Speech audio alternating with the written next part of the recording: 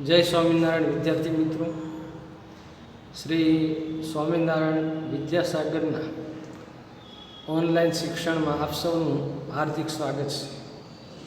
હું અરવિંદભાઈ પંડ્યા આજે સમાજશાસ્ત્રની અંદર પહેલા પાઠની આપણે વાત કરતા હતા. પહેલા ભાગમાં આપણે જોયું હતું કે સમાજશાસ્ત્રનો જે વૈજ્ઞાનિક ઢબે અભ્યાસ, સમાજનો વૈજ્ઞાનિક ઢબે અભ્યાસ કરતા શાસ્ત્રને સમાજશાસ્ત્ર કહેવાય છે, એની વાત કરી હતી. કીડીઓ પોતાના દરમાં સાથે રહે છે, મધમાખીનું ઝુંડ સાથે ઉડતું હોય છે, સાથે રહેતું હોય છે, કબૂતરનું ટોળું સાથે ઉડતું હોય છે, ચિંપાંજી એટલે કે વાંદરાઓ જંગલોની અંદર સાથે રહેતા હોય છે. તો આ બધાને પણ એક પોતાનો સમાજ, એટલે સમાજના જે બે પ્રકારો છે એમની પણ આપણે વાત કરી હતી કે એક માનવ સમાજ જેમાં તમામ પ્રકારના વ્યક્તિઓનો સમાવેશ થાય છે, જ્યારે બીજું માનવેતર સમાજ એટલે કે તમામ પ્રકારના પ્રાણીઓ, પક્ષીઓ, જીવજંતુઓ એ બધાનો સમાવેશ થાય છે. કિમ્બોલ યંગે સમાજશાસ્ત્રની જે વ્યાખ્યા આપી એ પણ જોઈ હતી કે સમાજશાસ્ત્ર સમૂહમાં માનવ વર્તનનો અભ્યાસ કરે છે. માનવી જે સમૂહમાં રહે છે એમનો અભ્યાસ સમાજશાસ્ત્રની અંદર કરવામાં આવશે. યંગ અને મેક સમાજશાસ્ત્રની વ્યાખ્યા આપી એ પણ જોઈ હતી કે સમાજશાસ્ત્ર માનવ જીવનના સામાજિક પાસાઓનો વૈજ્ઞાનિક રીતે અભ્યાસ કરે છે. માનવ જીવનના સામાજિક પાસા, માનવ વર્તન, માનવ અપરાધ કરે છે તો કોઈ વ્યક્તિ જન્મે છે ત્યારે અપરાધી હોતો નથી. જન્મતા વખતે કોઈ અપરાધી હોય એવું હોતું નથી. તો એ અપરાધી શા માટે બને છે, એની પાછળ કેવા કેવા કારણો જવાબદાર છે કે જે માનવીને એક અપરાધી બનાવે છે, તો એમનો અભ્યાસ એ સમાજની અંદર કરવામાં આવશે. એટલે કે સામાજિક પાસાઓનો વૈજ્ઞાનિક જુદા જુદા પાસાઓ તપાસવામાં આવશે. આપણે જોઈએ કે ભાઈ સમાજની અંદર વ્યક્તિ આત્મહત્યા કરે છે, આપઘાત કરે છે, તો આપઘાત શા માટે કરે છે? આપણને સામાન્ય રીતે એવું લાગે કે વ્યક્તિ જે આપઘાત કરે છે, પણ એવું નથી. સમાજશાસ્ત્રી એમિલ દરખાઇમ એમણે આત્મહત્યાનો અભ્યાસ કર્યો અને એમણે એવું સિદ્ધ કર્યું કે વ્યક્તિ પોતે આત્મહત્યા કરતી નથી, પણ વ્યક્તિને સમાજ આત્મહત્યા કરવા માટે મજબૂર કરે છે. એની આજુબાજુની એવી પરિસ્થિતિ ઊભી કરી દેશે કે વ્યક્તિએ આત્મહત્યા કરવી પડે છે. તો આ જુદા જુદા જે પાસાઓ છે કે ભાઈ કોઈ પર આર્થિક બોજ હોય, કોઈ વ્યક્તિ માનસિક તણાવથી પીડાતો હોય, જુદા જુદા પાસાઓ એમની પાછળ. આવા પાસાઓનો અભ્યાસ છે એ સમાજશાસ્ત્ર કરે છે. એચ.એમ. જોન્સનના મતે સમાજશાસ્ત્ર સામાજિક જૂથો, તેના આંતરિક સ્વરૂપ અને સંસ્થાના વિવિધ પ્રકારો, તેને ટકાવી રાખતી અને પરિવર્તન લાવતી પ્રક્રિયા અને જૂથો વચ્ચેના સંબંધોનો અભ્યાસ કરે છે. તો એમની પણ આપણે અગાઉના વાત કરી હતી.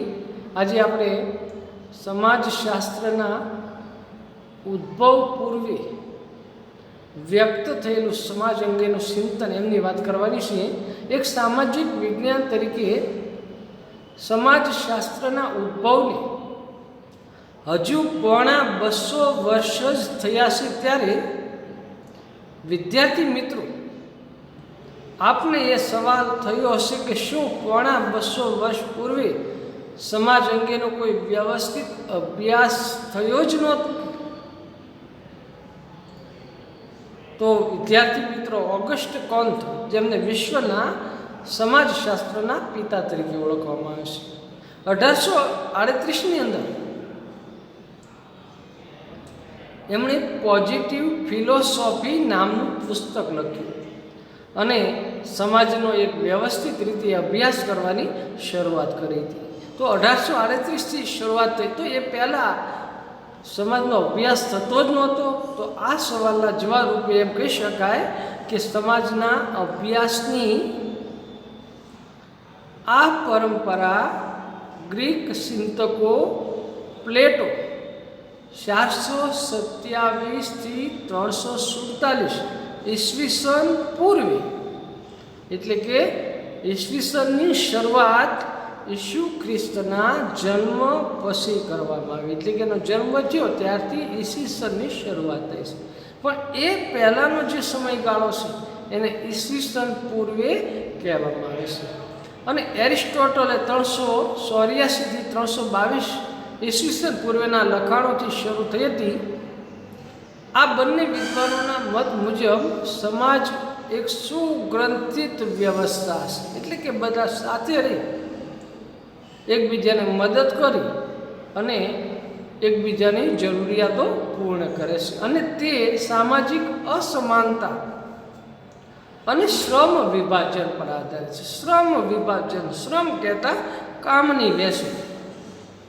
વિદ્યાર્થી મિત્રો, આપણે સૌ જાણીએ છીએ કે પહેલેથી જ કામની વહેંચણી થયેલી હોય છે. જેમ કે કમ્પ્યુટર બનાવવું તો માઉસ અલગ જગ્યાએ બનતું હોય છે, મોનિટર અલગ જગ્યાએ બનતું હોય છે, સીપીયુ અલગ જગ્યાએ બનતું હોય છે, અંદર જે પ્રોગ્રામ છે સોફ્ટવેરના એ પણ અલગ અલગ જગ્યાએ. તો આ બધું ભેગું થઈને એક કમ્પ્યુટર બનતું હોય છે. તો શ્રમ વિભાજન, ટ્રક બનાવવો છે તો એના ટાયર અલગ જગ્યાએ બનતા હોય છે, એની બોડી અલગ જગ્યાએ બનતી હોય છે, એનું એન્જિન અલગ જગ્યાએ બનતું હોય છે. તો કામની ચોક્કસ પ્રકારની વહેંચણી સમાજમાં પહેલેથી જ આપણને જોવા મળશે. એક ઘર હોય ત્યાં પણ જુદા જુદા કામની વહેંચણી થયેલી હોય છે કે ભાઈ એક વ્યક્તિ બહાર કામ ઉપર જતો હોય છે, એક ઘરકામ કરતા હોય છે. તો આમ જુદા જુદા વિભાજન, જેને કામનું વિભાજન કહેવામાં આવશે. 14મી સદીમાં ઇબ્ન ખાલ્દુન 1332થી 1406 નામના વિદ્વાને આરબ જગતની રખડુ ટોળીઓ અને સ્થાયી ટોળીઓની તુલના કરી માનવ ઇતિહાસને ઉત્ક્રાંતિની પ્રક્રિયા તરીકે ઓળખાવી સામાજિક પરિવર્તનનો ખ્યાલ રજૂ કર્યો હતો.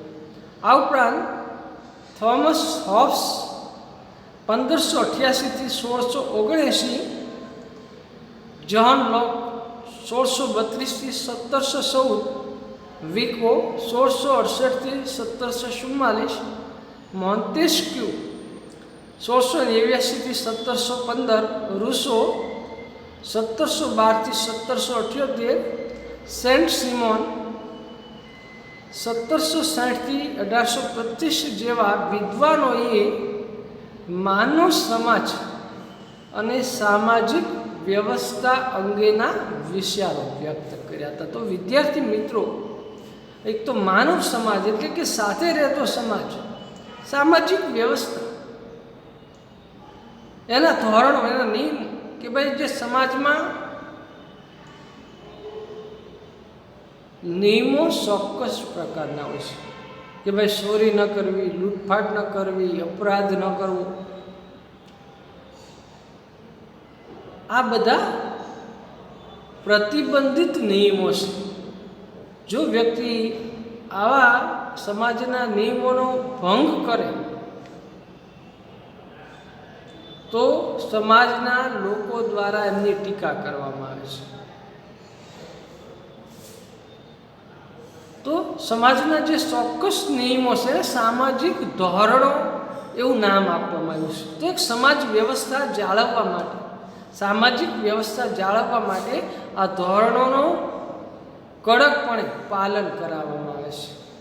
સમાજની રાજ્ય નામની સંસ્થા દ્વારા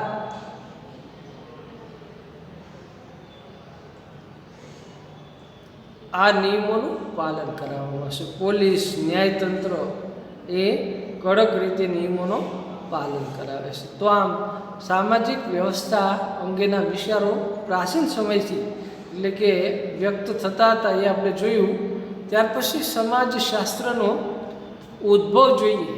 ઉદ્ભવ કઈ રીતે થયો કે પ્લેટોથી લઈ સેન્ટ સિમોન સુધીના અનેક વિચારકોએ સમાજ અંગેનું ચિંતન રજૂ કર્યું, પરંતુ એક સામાજિક વિજ્ઞાન તરીકે સમાજશાસ્ત્રનો ઉદ્ભવ 19મી સદીમાં પશ્ચિમ યુરોપમાં થયો.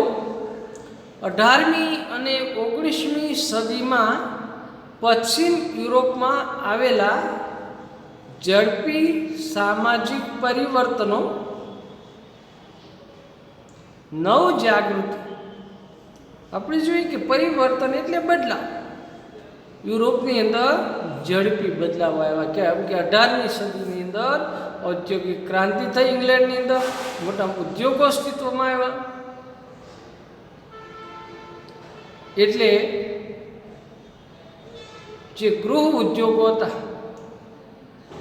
એ ધીમે ધીમે બંધ થવા લાગ્યા, પડી ભાંગ્યા, અને એની જગ્યાએ નવા ઉદ્યોગો અસ્તિત્વમાં આવ્યા. જે વ્યક્તિ સ્વયં કારીગર હતો કે ઘેરે બેસીને પોતે ચીજવસ્તુઓ બનાવતો હતો, એ મજૂરમાં પલટાયો, મોટા કારખાનાઓની અંદર કામે જવા લાગ્યો.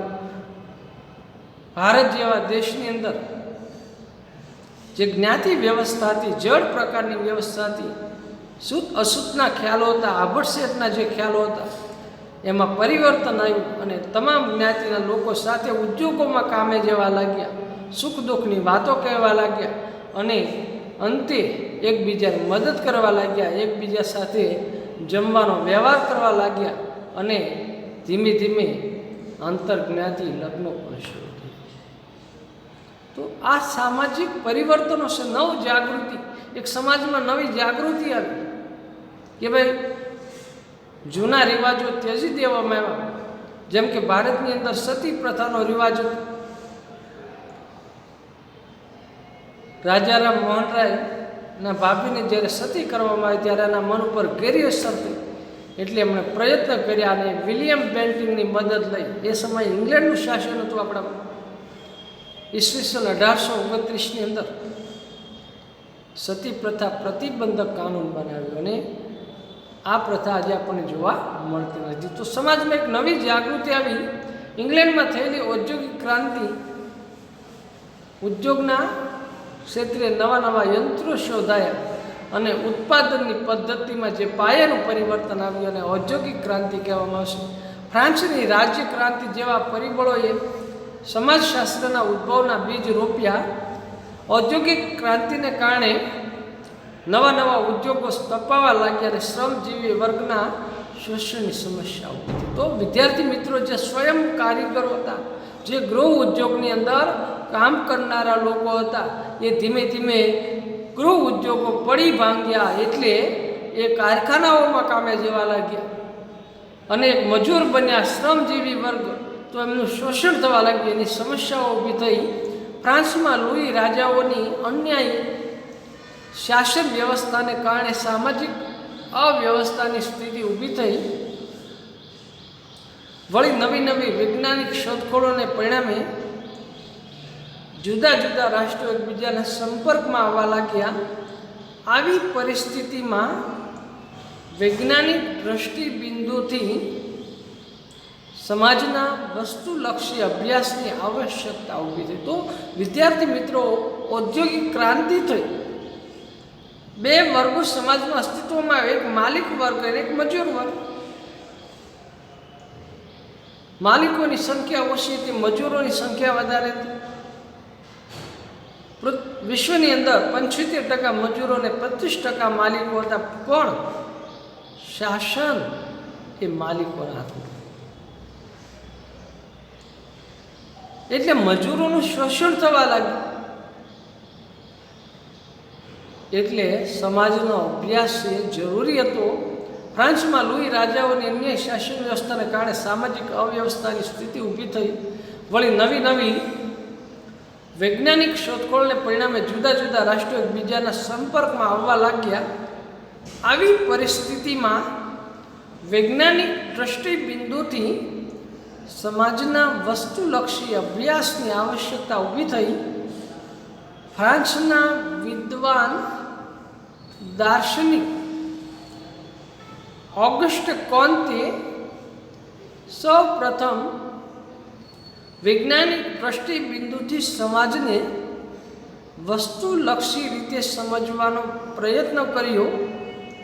કુદરતી ઘટનાઓની જેમ સમાજમાં બનતી ઘટનાઓ પણ વૈજ્ઞાનિક રીતે અભ્યાસ થઈ શકે છે એમ તેમને લાગ્યું અને ઈસવીસન 1830થી 1842 દરમિયાન ભાગમાં લખેલી પોઝિટિવ ફિલોસોફી નામની ગ્રંથ શ્રેણીમાં કોન્તે સમાજના વૈજ્ઞાનિક અભ્યાસ અંગેના વિવિધ સિદ્ધાંતો રજૂ કર્યા. સમાજ અંગેના પોતાના વૈજ્ઞાનિક અભ્યાસને કોન્તે સૌ પ્રથમ સામાજિક ભૌતિક શાસ્ત્ર તરીકે ઓળખાવતા હતા. પરંતુ આ શીર્ષક પોતાના અભ્યાસને બંધ બેસતું ન લાગતા સન 1839માં તેમણે સામાજિક ભૌતિક શાસ્ત્રને બદલે સમાજશાસ્ત્ર એવું નવું નામ આપ્યું. આ કારણથી જ ઓગસ્ટ કોન્તને સમાજશાસ્ત્રના પિતા તરીકે ઓળખવામાં છે. તો વિદ્યાર્થી મિત્રો, એક માર્કની અંદર અથવા વિકલ્પની અંદર આ પ્રશ્ન પૂછાય છે કે ભાઈ સમાજશાસ્ત્રના પિતા તરીકે કોને ઓળખવામાં આવે છે? તો કે ફ્રાન્સના સમાજશાસ્ત્રી ઓગસ્ટ કોન્તને સમાજશાસ્ત્રના પિતા તરીકે ઓળખવામાં છે. એમણે સૌ પ્રથમ 1830થી 1842 સુધી પોઝિટિવ ફિલોસોફી નામનું પુસ્તક ભાગમાં લખી અને સમાજને એક વૈજ્ઞાનિક ઢબે અભ્યાસ કરવાની શરૂઆત કરી હતી. એટલે એમને સમાજશાસ્ત્રના પિતા તરીકે ઓળખવામાં આવશે. ઓગસ્ટ કોન્તથી શરૂ થયેલું સમાજશાસ્ત્ર ફ્રાન્સમાં ઇમાઇલ દુર્કીમ કે જેમણે ધર્મનો સિદ્ધાંત આપ્યો, આત્મહત્યાનો સિદ્ધાંત આપ્યો, આ જુદા જુદા સિદ્ધાંતો પર એમણે કામ કર્યું. એટલે ઇમાઇલ દુર્કીમ ઇંગ્લેન્ડમાં જ્હોન સ્ટુઅર્ટ મિલ અને હર્બર્ટ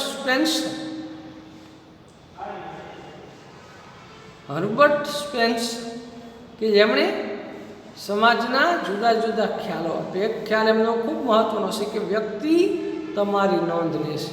તમે ક્યાં જાઓ છો, શું કરો છો, આ બધું આજુબાજુવાળાને ખબર હોય છે. આપણને એ ખબર હોતી નથી કે આપણો એ નોંધ લેતા હોય છે. પણ વ્યક્તિના શરીરમાં એક અરીસો રહેલો છે. વાણી વર્તન દ્વારા વ્યક્ત થાય છે કે તમે કેવા પ્રકારના વ્યક્તિ છો. સમાજમાં તમે સારા વ્યક્તિ છો, સમાજમાં તમે ખરાબ વ્યક્તિ છો, કે આ માણસ બહુ ભલો માણસ, આ માણસ બહુ સારો છે, આ માણસ બરાબર નથી. તો આવું સમાજ કઈ રીતે નક્કી કરે છે? તો એ સતત આપણા પર ઓબ્ઝર્વેશન કરે છે, નિરીક્ષણ કરે છે અને અંતે નક્કી કરે છે. તો હર્બર્ટ સ્પેન્સર જર્મનીમાં કાર્લ માર્ક્સ, વિદ્યાર્થી મિત્રો, સમાજની વ્યવસ્થાને બદલવામાં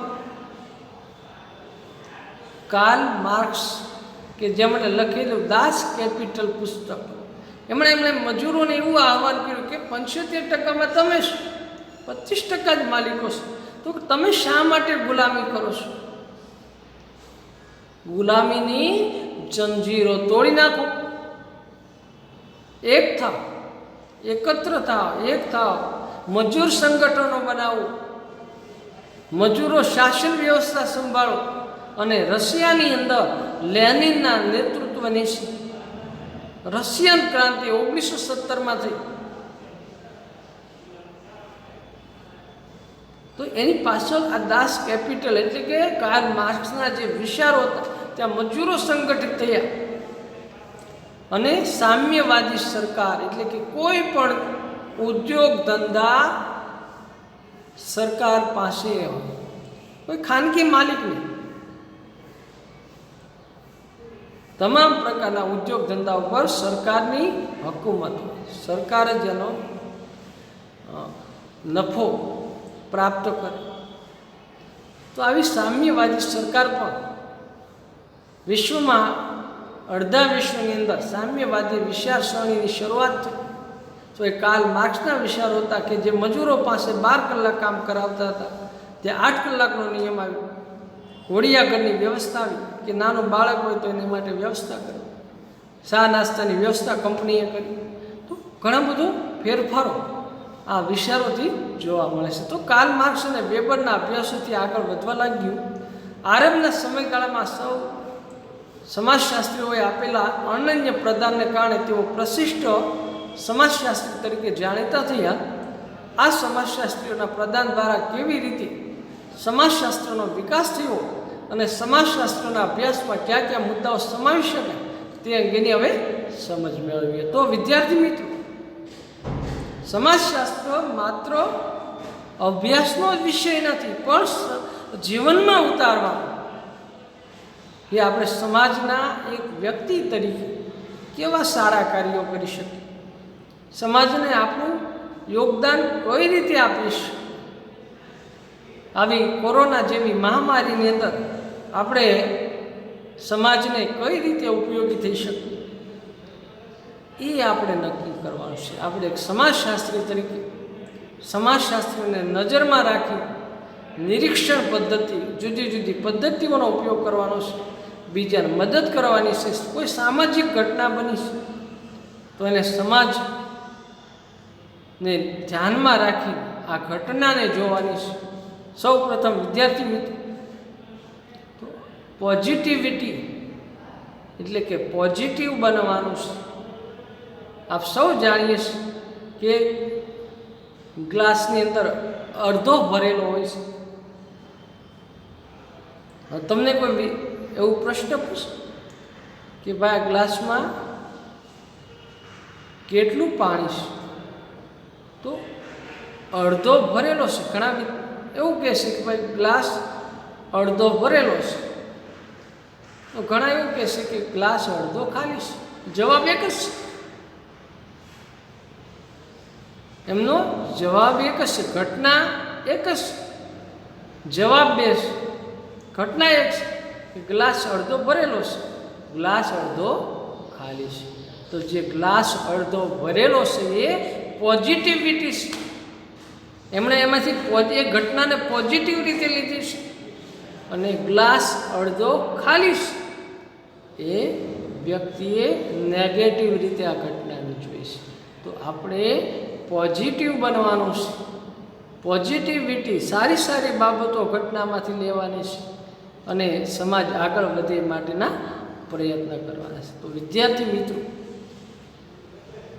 ઓગસ્ટ કોન્થની વાત હવે આપણે જ્યારે ફરીવાર મળીશું ત્યારે ત્રીજા ભાગમાં કરીશું. આ પાઠ સરસ રીતે વાંચી લેજો અને ગૃહ કાર્યની અંદર સમાજ અંગેનું જે ચિંતન છે ત્યાંથી ઓગસ્ટ કોન્થ સુધી રફ નોટબુકની અંદર ગૃહ કાર્યમાં લખજો. તો અહીંયા રાખીએ. જય સ્વામિનારાયણ.